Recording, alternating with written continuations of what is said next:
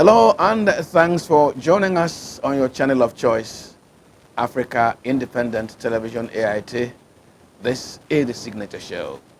I'm Waboze Njok, and it is my pleasure, always my pleasure, to welcome you to the program. And in today's edition, Revenue Mobilization, Allocation and Fiscal Commission. Is it sabotaging the Tinubu administration?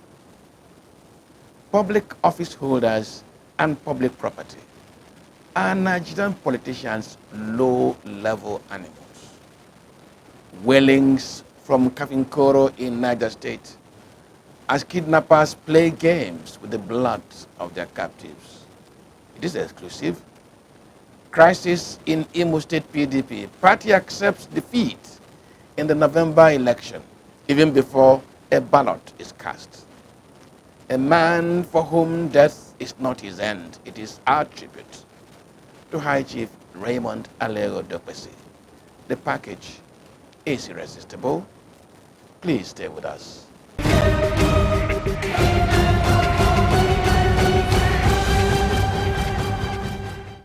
Now, 2 weeks ago, the Revenue Mobilization, Allocation and Fiscal Commission announced an increase by 114% in the salaries of the President, the Vice President, governors, members of the National and State Assemblies, ministers, and other public office holders. Now, the Commission must have rationalized the 114% increase either by arguing that these set of Nigerians have not received any review in their salaries over the stipulated time frame, or whatever they presently receive has been made a nonsense of by runaway inflation. But please, Nigerians, please, join me this afternoon to tell the Revenue Mobilization Commission and its leadership that a major sore point in the relationship between the government and the Nigerian public is the sinful and totally unrealistic and unjustifiable gap between what politicians receive as remuneration and the very dehumanizing living standards of the average Nigerian family. Nigerians hate their public office holders and politicians for pushing opulence into their faces, while the average family grapples with crushing poverty. Now, last week, in a Signature Show opinion, we advised the Nigeria Labour Congress to please not embark on any strike because it does not pay any development dividend. But look, what do you say to a hard-working Nigerian when he virtually begs to eat or feed his family, while politicians are not adding any value to national development and whose preoccupation is institution capture and turning national processes, policies, and programs into automated teller machines from where they draw as much cash as it pleases them into their private pockets. And now they are being made into a national resource gobbler. The Revenue Mobilization, Allocation and Fiscal Commission is turning itself into a gang of musketeers, fawning and clowning to please King Tinubu.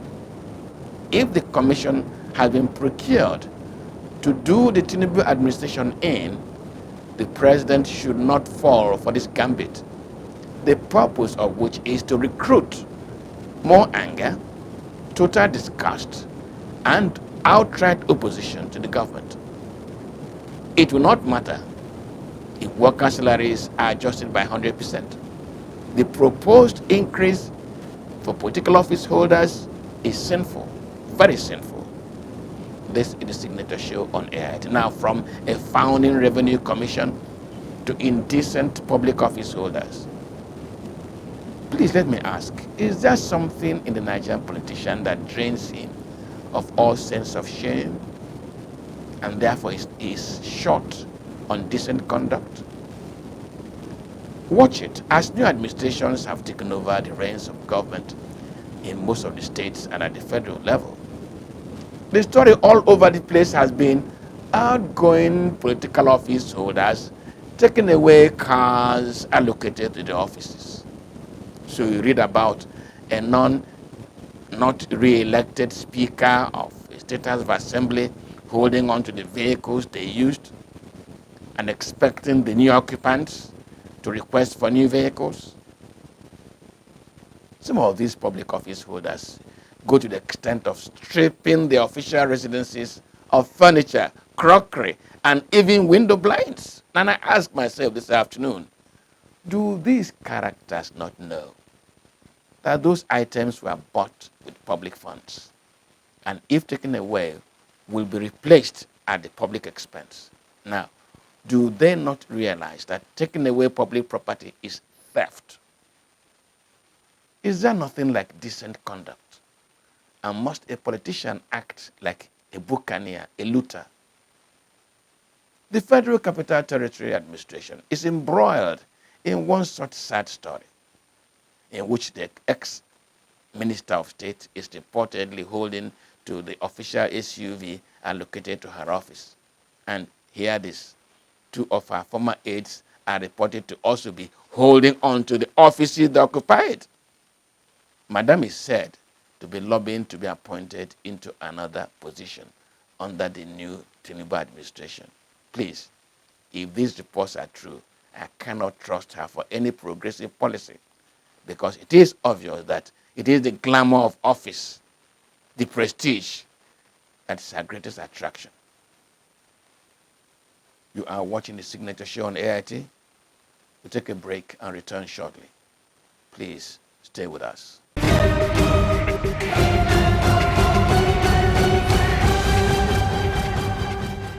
Now, let us this Sunday afternoon welcome Mr. President Bola Ahmed Tinubu back from his trip to France. If he's back this afternoon, Mr. President, you are welcome. But please look at the files on your table. Kindly push away every other file and attend to that one on security. It does not require your settling down. You have appointed service chiefs. You were getting security briefs even before you were sworn in. Look, Mr. President, as you speak this afternoon, some people are creating new killing fields in Plateau, Niger, and some other states. Mr. President, I don't know why they are doing this, but please treat that file because if you don't, more stories like the one I'm going to show you now will happen. It is not good for the black man's most promising nation.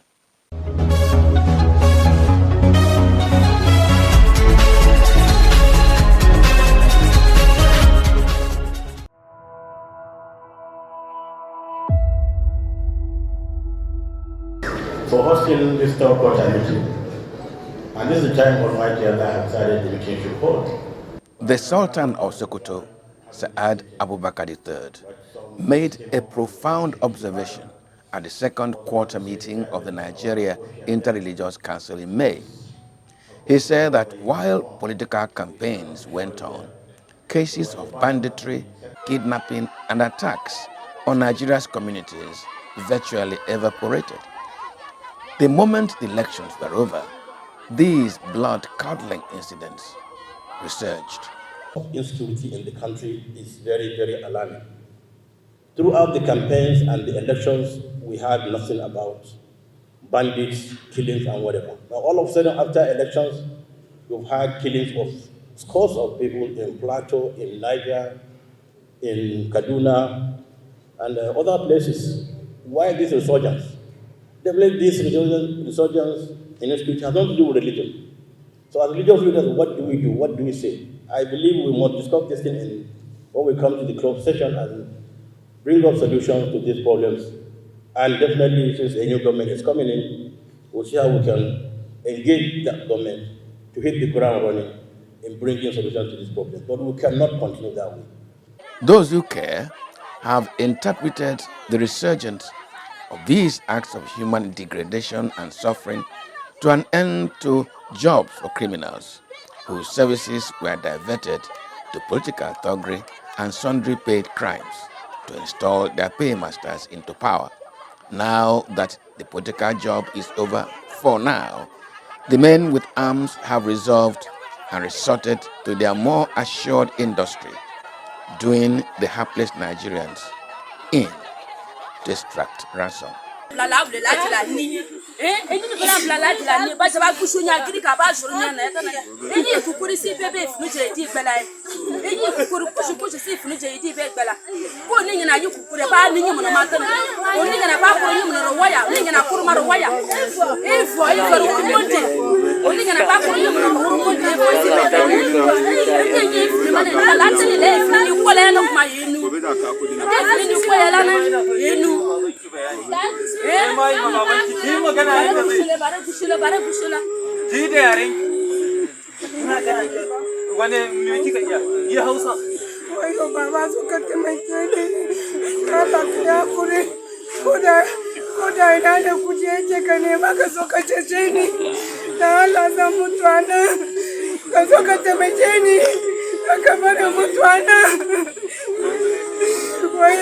Waya shi da bayanin kawai da zaki don ki magana da kyau baban ke ji ta shiga can zakiya ki kalle shi ki baban ki bayani ki daga murya kai kowa shi bayanin bai ya bai bayanin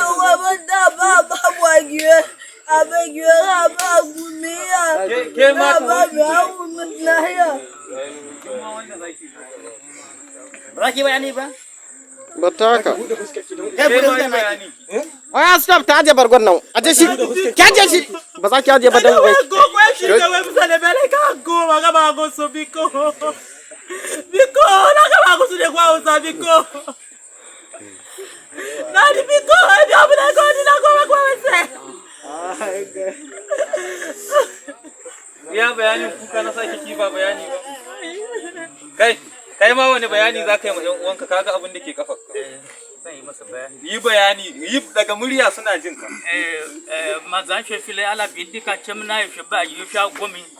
Ashe ko ba zo ba mi mu wala bindika chemna zo shi ku kari ko wani rane da shi lo wa ba cha mamishi. Ala bindika chemna apata. Lala to kwano. Ana bindika. Shabi mai shi. Ba go ina nai. Ashe ko ba mu washala bindika na chemi.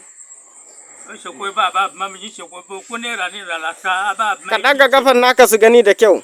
An harbe ka gafa.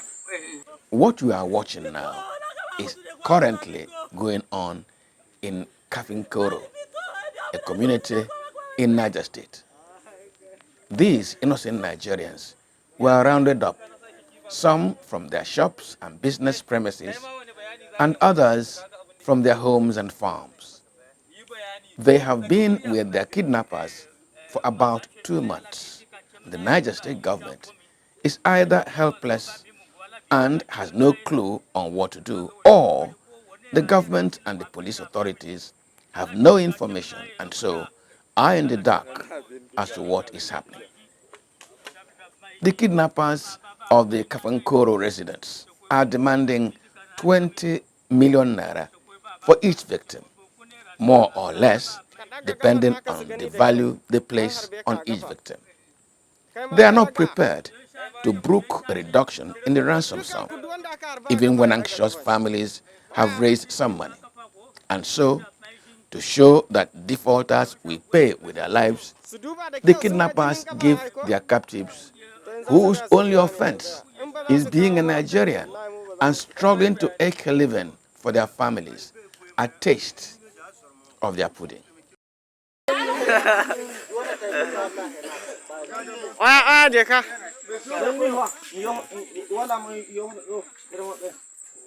Kai, wani ya dawo nan rabe.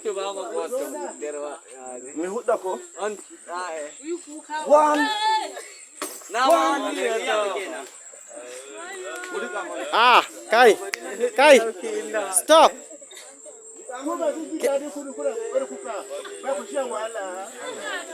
Kai tashi. Tashi.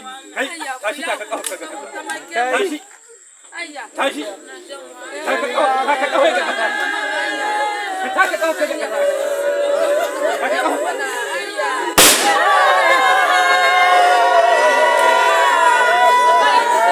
Allahu Akbar.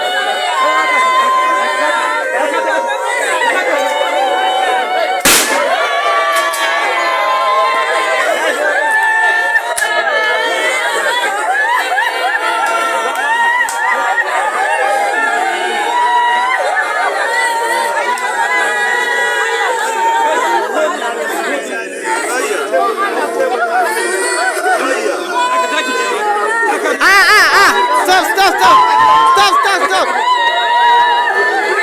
Wait, Dogo.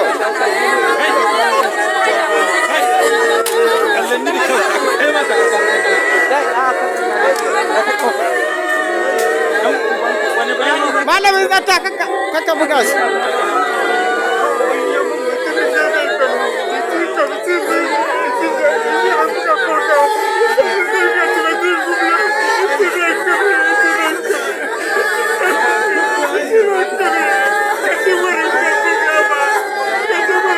Ka cire kallon da ke fuskan ku dukanku ku cire kallon linku. Kai duka ku cire kallon da ke fuskan ku duka kowa ya cire daurin da ke kan shi. Kai yalla ba za ku cire ba kenan. Wani bayani zaki? Kowa ya cire ku cire a rige hannu. Wani bayani zaki yi kai? Wani yayi kokari yau ake. At the inauguration of the National Economic Council penultimate week, President Bola Ahmed Tinubu told state governors and himself that they lobbied, they canvassed, and campaigned to be elected president and governors.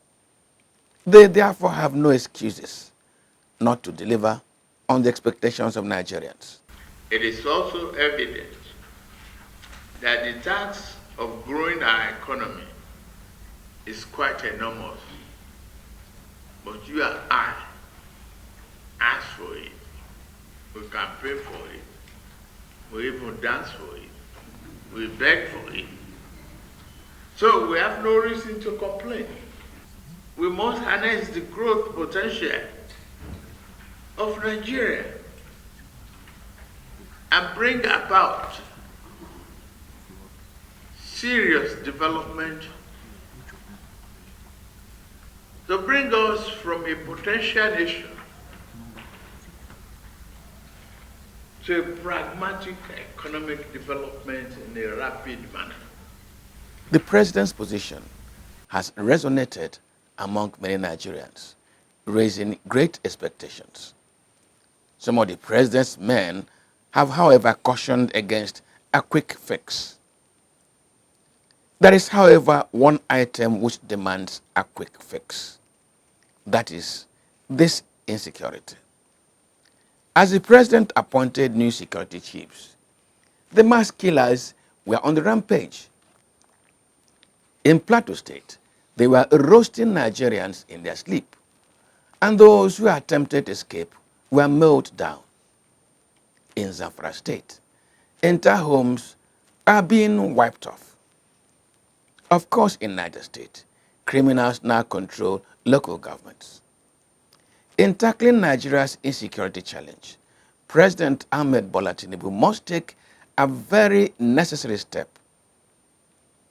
Ask the question, why is Nigeria unraveling and criminals want to control swaths of territory? Is the genesis internal, or is the situation imported? Now, before now, the negative narrative had been imported criminals for political ends. Is it true? To get answers, the president must allow a Republican approach to the situation. We should involve identified religious leaders, community and traditional rulers, the state governors, Nigeria's intelligence community, the legislature, and other critical stakeholders. A meeting with these Nigerians in a frank search for answers to Nigeria's insecurity, we most likely provide critical information to begin a search for and an end to the challenge. This should be the #1 item on the president's agenda. Every day lost amounts to losing more Nigerian lives to a situation that can be helped, and this can erode the confidence of the people in their government.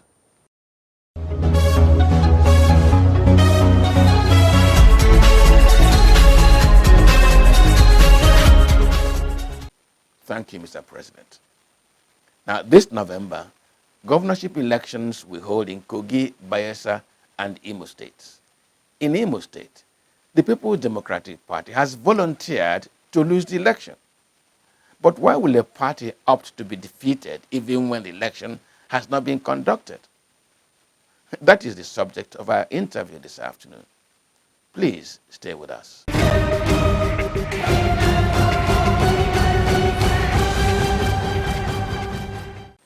Okay, Honorable Chris, let me welcome you to the conversation as usual. Chief, thank you. The governorship election in Imo State comes up in November of this year. But it appears that PDP in Imo State is unraveling. We just got the information last week that 7 members of your state executive resigned en masse. Is that true? Definitely. What the papers reported was exactly what happened. 7 members, especially the State Working Committee of the People's Democratic Party, resigned their various positions because of certain infractions they complain about in People's Democratic Party being instigated by the national chairman of the party, Chief Samuel Anyanwu. Chief Samuel Anyanwu is the governorship candidate of PDP in Imo State, isn't he? I said that the party said he is the governorship candidate of the party. The party said so. But the question is, did the people, especially the great members, the great majority of the People's Democratic Party, did they accept him? And with the resignation, the mass resignation in PDP, that will tell you and tell the world that there is something that is actually wrong in People's Democratic Party, both from the national level and both from the state level. He is the national secretary of the party. Good. That's the point I'm trying to make.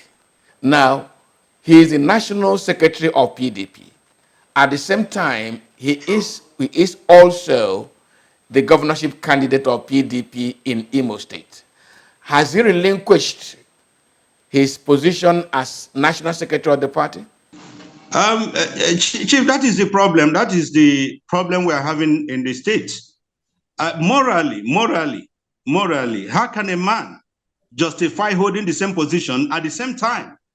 He is the national secretary of People's Democratic Party and I swear the governorship candidate.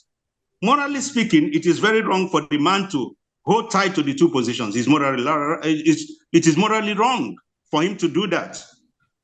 So, and that is what is causing problem in Imo State, because a man cannot have all the party positions to himself. Yeah, but the constitution of the PDP, does it allow for one person to capture such 2 sensitive positions? Well, when we talk about the constitution of the party, the question you ask yourself is that who are the people that actually prepare the constitution or made the constitution? You see, the guideline of the party, especially the guideline to primary election, is the exclusive reserve of the National Working Committee, and it was skewed in his favor. It is morally wrong for anybody to run an election holding two things at the same time. I said, for example, when I was about to run for the State House of Assembly, as the vice chairman of People's Democratic Party in Delta South, I resigned my position as the vice chairman of the party for me to run for the PDP ticket. And I don't know the reason why Chief Samuel Anyanwu refuses up to this material time to relinquish the position of the national secretary so that there will be sanity in the party. People are complaining. everywhere. Why should you hold two things at the same time? Is he afraid of losing the election so that he will go back to that position? That is the question everybody is asking. Let me ask you, has the PDP in Imo State raised these issues with the National Secretariat, national leadership of the party? Yes, that is the internal contradiction that made many of them to leave. Severally, they've told the national leadership of PDP, led by Yochi Ayu, that is still on suspension, that this thing is morally wrong.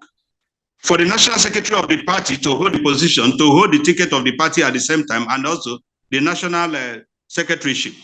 They've made the presentation severally, but the national leadership, like I described them, that a cabal that doesn't listen to the will of the people, neither adhere to the consent of the people. Now, please, it's a matter of speculation.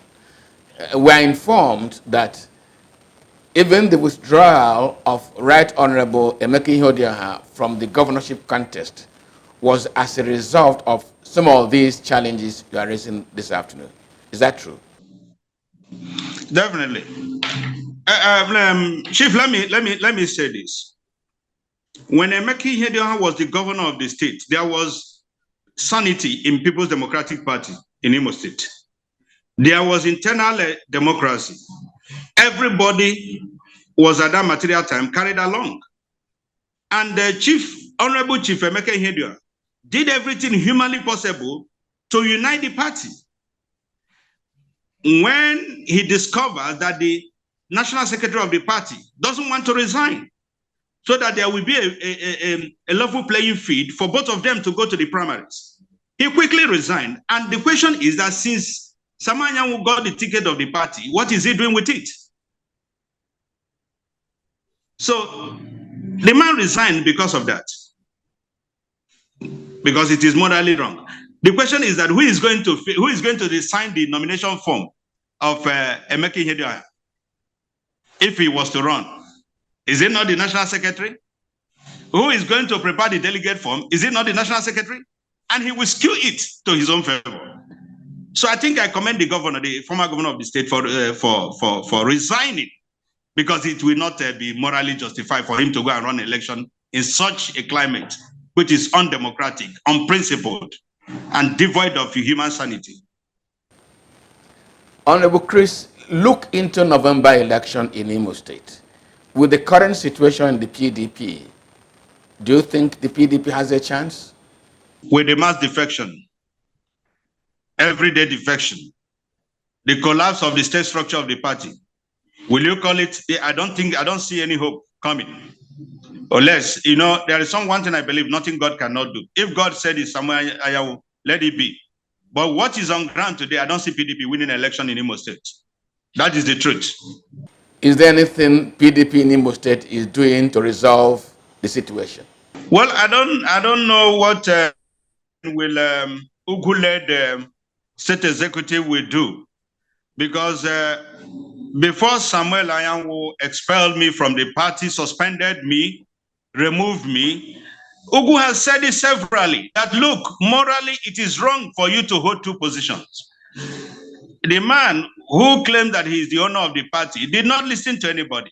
So Chief Charles Ugu has made a lot of several representation to my hearing and to my knowledge to the National Secretariat. But he did not. I think he is the one running the party outside Yochi Ayu.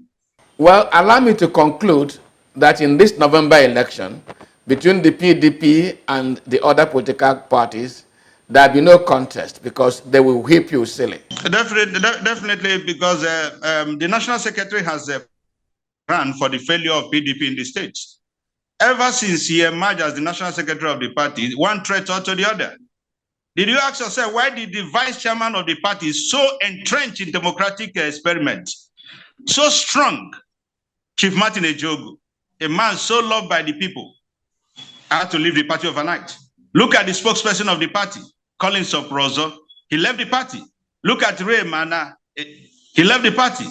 Look at GOC Mwadike, a strong youth leader of our party, he left the party because of one man. What is the issue? Every day I will dissolve you people. I will sack you people. I will make sure that you people don't remain. You people are making here their house boys. I will send. So is that how they will deliver? And this thing trickled down to the 27 local government where he is not controlling. So like if you check in my Facebook, my Facebook account, I said many people are wearing the mask of PDP in the morning, but in the night they are members of All Progressive Congress, APC. So I don't see anything coming out from the whole journey at the end of the day. Well, Honorable Chris, I want to thank you for investing your time with us this afternoon. Thank you, Chief.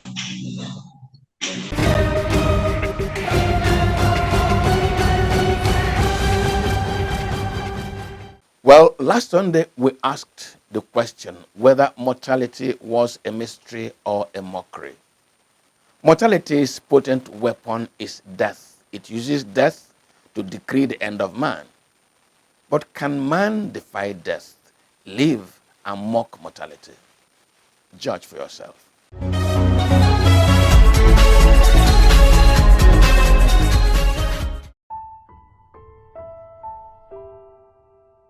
The Christian songwriter, in a moment of realization that man can overcome his transient and finite nature and make a mockery of mortality, asked a telling question.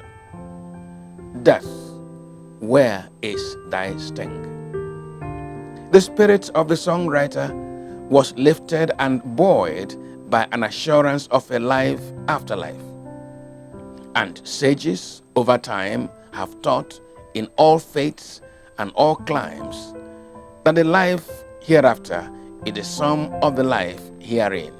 In other words, the sum of the life herein can blunt the sting of death and make a mockery of mortality. Last Wednesday, June the 21st, 2023, High Chief Raymond Aleo Dokpesi touched base at his Baduma Hill residence. It was a last visit on his journey to his ancestral home, Aganebode, Edo State.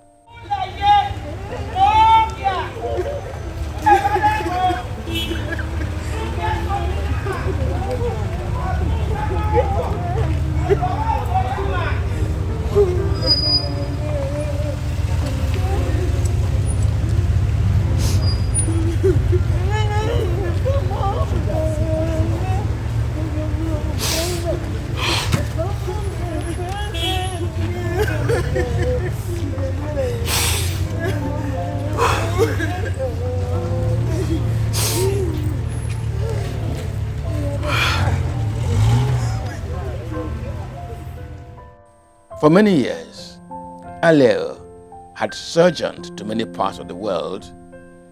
He accumulated knowledge, skills, and capacity. He established himself as a global citizen, but he was convinced that East or West, home is the best. And so with laurels, knowledge, and skills, he chose his fatherland above all other. High Chief Dokpesi was a very, very versatile man. From his early academic exploits as a scholar in Poland, with his socialist training, he returned to Nigeria to establish himself as a capitalist and an expert in the shipping business. He set up Nigeria's first shipping line before venturing into broadcasting upon the deregulation of the media business in our country. Raymond was very passionate about our country and its future, and the future and well-being of our peoples. He believed in investing his energy, land, and resources in our dear country, Nigeria. He was convinced that our challenges, however daunting, can be overcome with the right policies, which will unify our country and create conditions for business to thrive and create opportunities and wealth for our people. When I lost election in 2015, you know, it's not easy to lose the election as a sitting president or a sitting governor. And when I lost the election, all kinds of stories. The stories that come to you, if you don't take time, if you're somebody who is not person who reason properly, you will hit everybody around you. People will feel everybody around conspired against you. I was in that kind of dilemma. Where some of the people you think that instead of you to die, they will prefer to take the bullet for you. You think that those kind of people will even forget your name. Immediately you lose the election. So I was in that kind of dilemma when my late special advisor on media and strategy, Toronto Douglas, came to me that Raymond the person says going to host me in the evening. How will you host somebody who has lost election? Well, that was Raymond the person. So we made a very. So I know some of you here attended that. Senator Obi was there.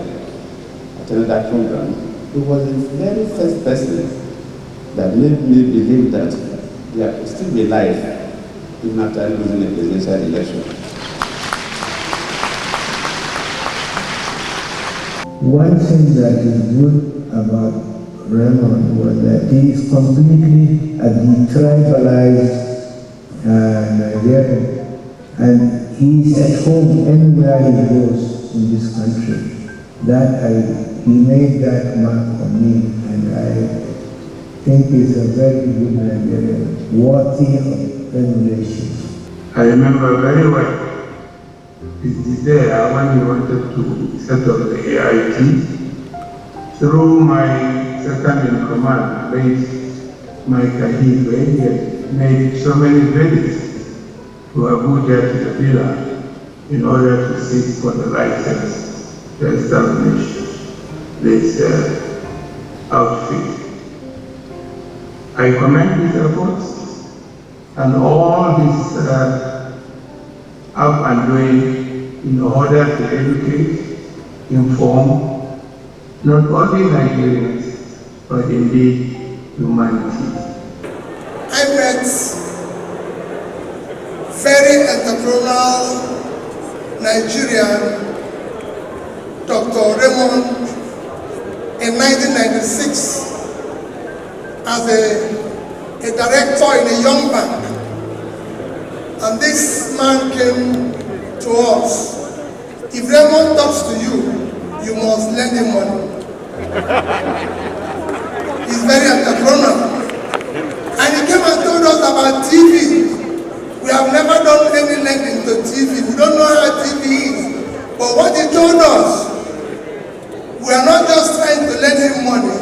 People like me was asking me how I can invest. Because he blew everybody out of this. And we lent him money.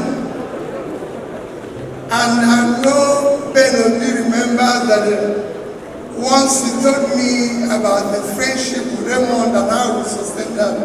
He's a wonderful man. He's a very good entrepreneur. I don't know him as a politician. I know him as somebody who dreams and wants to do something great. Me personally, my first encounter with Chief was in the business world as an astute businessman who had big dreams and who was successful. You can take away from here that when you have your dreams, you should go for it. That's what High Chief represented. He went on from there into politics and to what I call sacrifice.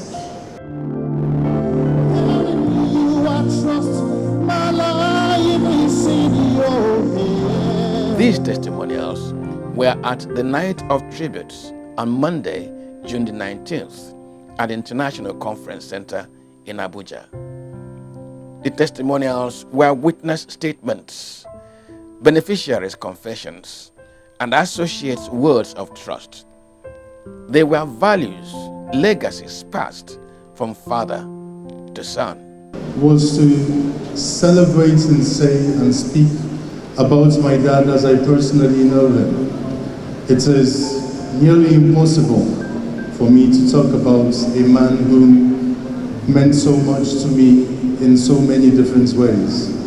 High Chief was not only a source of wisdom and inspiration, he was a confidant, he was a loyal friend, a dedicated father, a father who perhaps might not always have been there due to his exigencies of time and assignments, but he always showed that he cared.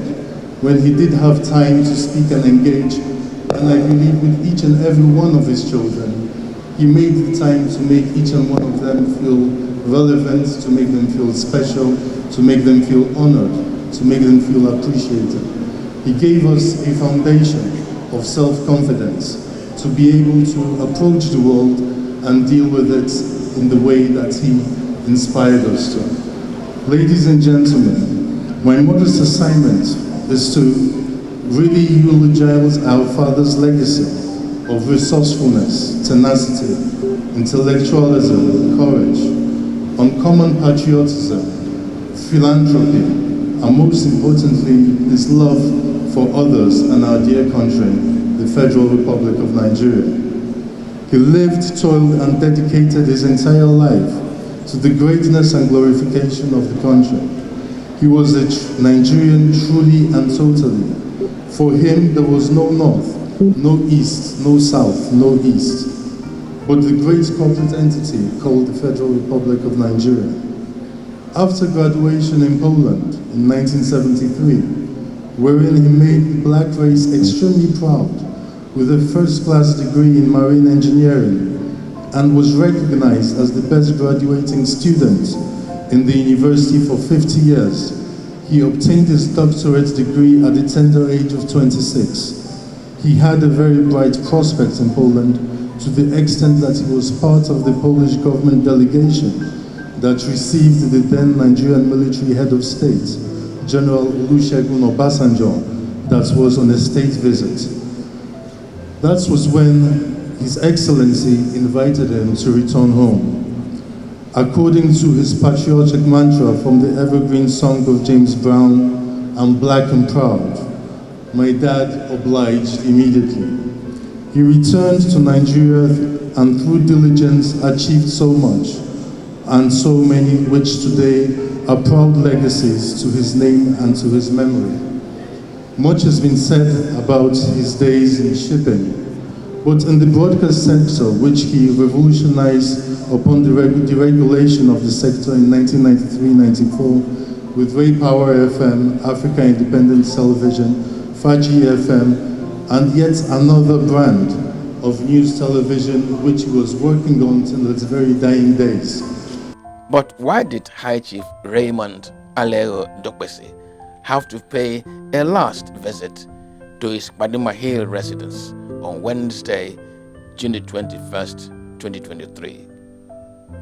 He was headed to Agenibode, his ancestral home, where the people were to give him his diadem for being a soldier of honor, a helping hand, a pathfinder, and a man who was never far from his roots.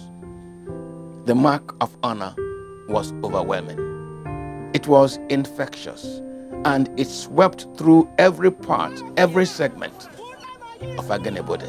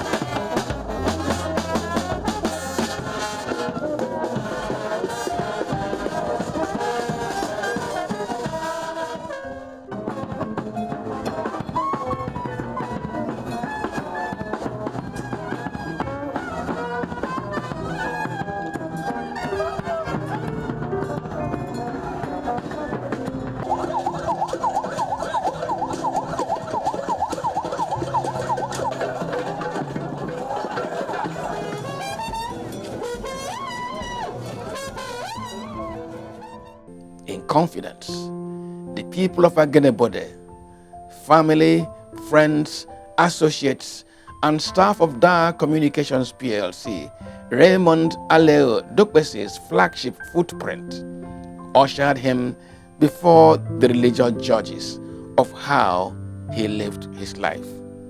It was a church service to consecrate and sanctify his crown of glory. My dear sisters and brothers, today we remember our amiable father, a man of passion for the development of human society, a man who rose by the stint of hard work. I remember High Chief Raymond Anthony Aliogo Dokpesi as a jolly good fellow, a man who radiated simplicity and joy. He was happy celebrating, and today we are gathered to celebrate him. High Chief Raymond Anthony Aliogo Dokpesi was a man of so many parts. He was a trailblazer in the media world and uncommon political juggernaut, a renowned marine engineer, a destabilized Nigerian, a humble man with humble personality. He was close to both the rich and the poor. I judged a journey of purpose, a journey of kindness and philanthropy, a journey of uplifting the poor and lowly, and a journey of forgive us our sins as we forgive those who sin against us. High Chief Raymond Alero Dokpesi was declared ready and fit to be allowed to face the hosts of heaven.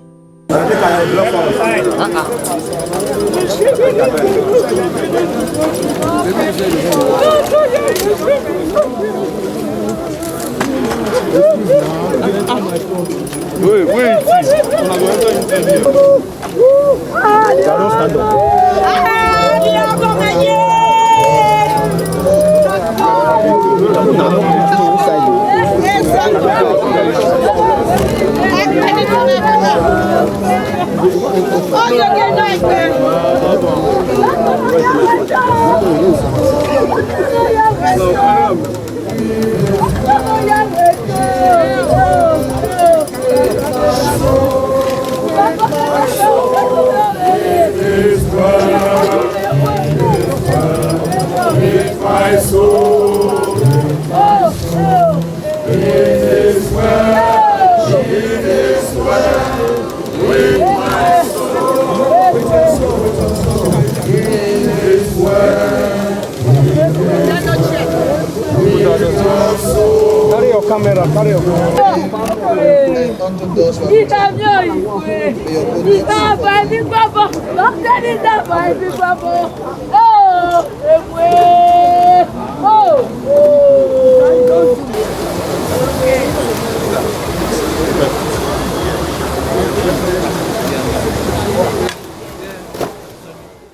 Did death have its sting on him? Has he come to an end and therefore mortified? No. For his life has become an epistle written in the hearts of many and spoken on the lips of many more, that mortality has no victory over him. And so let his song of victory never end. Praise to the Lord, the Almighty, the King of creation. Oh, my soul, praise Him, for He is thy help and salvation. All ye who fear, now to His temple draw near. Join me in glad adoration.